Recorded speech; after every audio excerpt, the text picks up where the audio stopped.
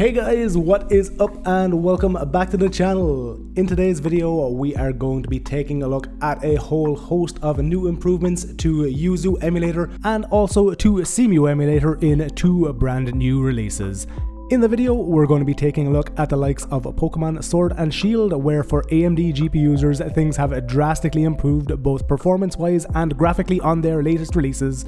And we're also going to be taking a look at two brand new release versions of Cemu, where we've been given some graphical improvements, performance improvements, and some really nice usability changes also. Before we get started though, I want to give a massive thank you to the sponsor of today's video. Raid Shadow Legends is a turn-based RPG for the mobile platform, and unless you've been living under a rock for the last few months, this game has become crazy popular with well over 15 million downloads in the last 6. Gameplay wise, it's a turn-based fantasy RPG with heavy emphasis on hero and champion collection. They have well over 400 champions for you to collect, customize and spec out with well over a million different combinations for champion builds. And on top of this, it has a fully voiced story single player campaign, raids you can do with your friends or as part of a clan, and also a PvP mode, though to be honest I was more so interested in the clan battles and the story mode, which I found really fun, especially so on the harder difficulties. They have some really cool features like a multi-battle auto mode that sets your heroes to fight the battles for you,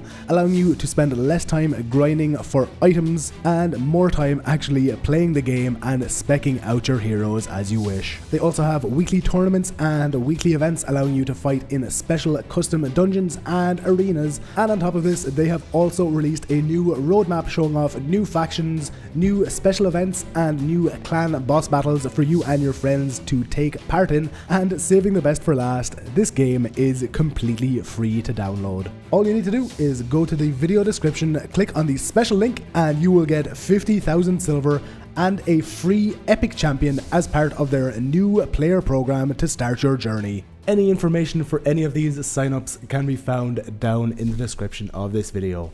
Now that all that info's out of the way, let's jump straight into this video and take a look at all of these compatibility improvements. First up, we're going to be taking a look at Cemu, where we have seen the brand new release of version 1.15.19 and also the release of Vulkan Work in Progress 15. Now, unfortunately, at time of making this video, we still have no set public release date for the Vulkan API. Believe me, I wanted to release for free to everyone as much as you guys do, but as I said, unfortunately we still have absolutely no information on when that's going to happen. Regardless, they have still given us some really cool updates in these two new versions, so let's start things off by taking a look at version 15.9, which as always is going to be available for free for everyone to download this coming Friday. Now, I know it may seem like I say this for every single Cemu update video, but again, they have added a new feature that practically every Cemu user has wanted since the emulator's inception. They have added a brand new account management module, which is going to allow you to create and delete accounts in your general settings. It's also going to allow you to select which user profile you wish to use, either from said settings menu or from the options drop-down window in this active account section you see right here.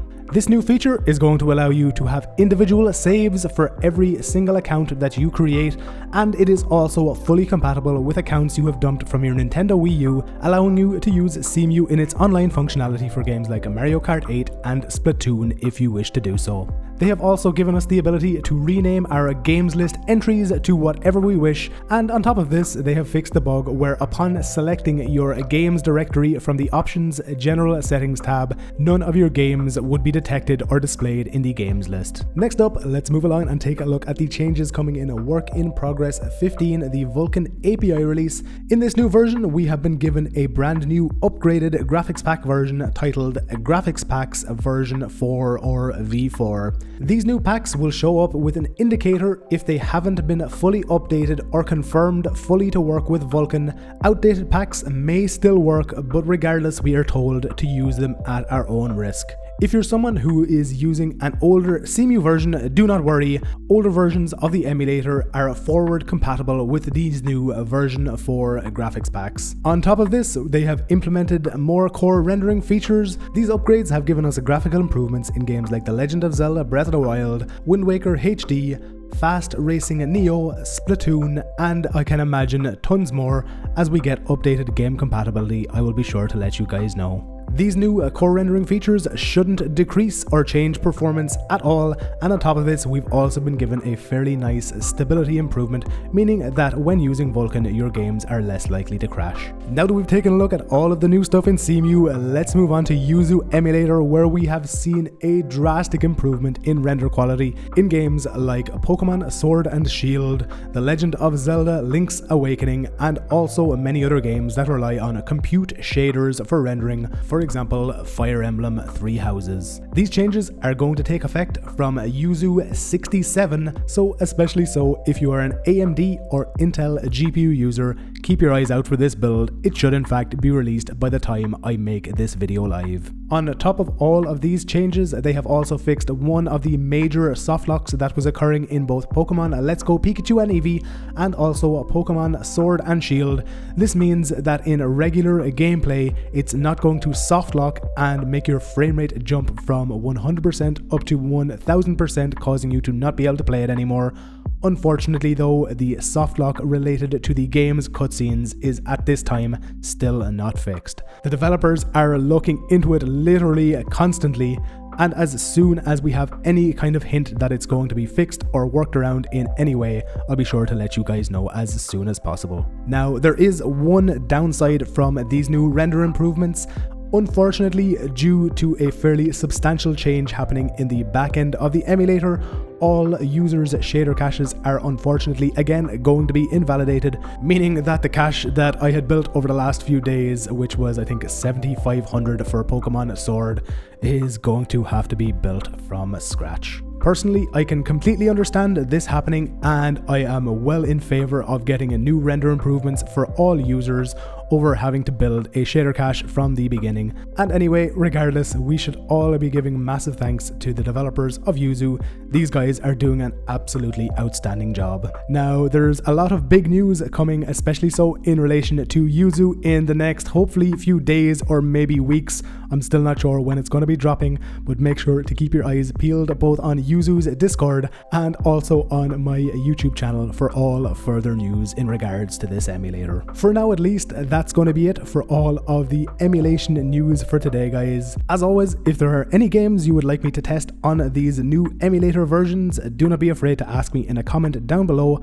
If I have that game or if I can afford to buy it on the eShop, I will do so and get back to you as soon as I possibly can. If you enjoyed this video, remember to hit the like button down below. If you're not subscribed to the channel, hit the subscribe button, and if you are, remember to hit the bell icon so that you get notified as soon as I upload any new videos. Once again guys, thank you very much for watching, have a great day, and I will see you all in the next one.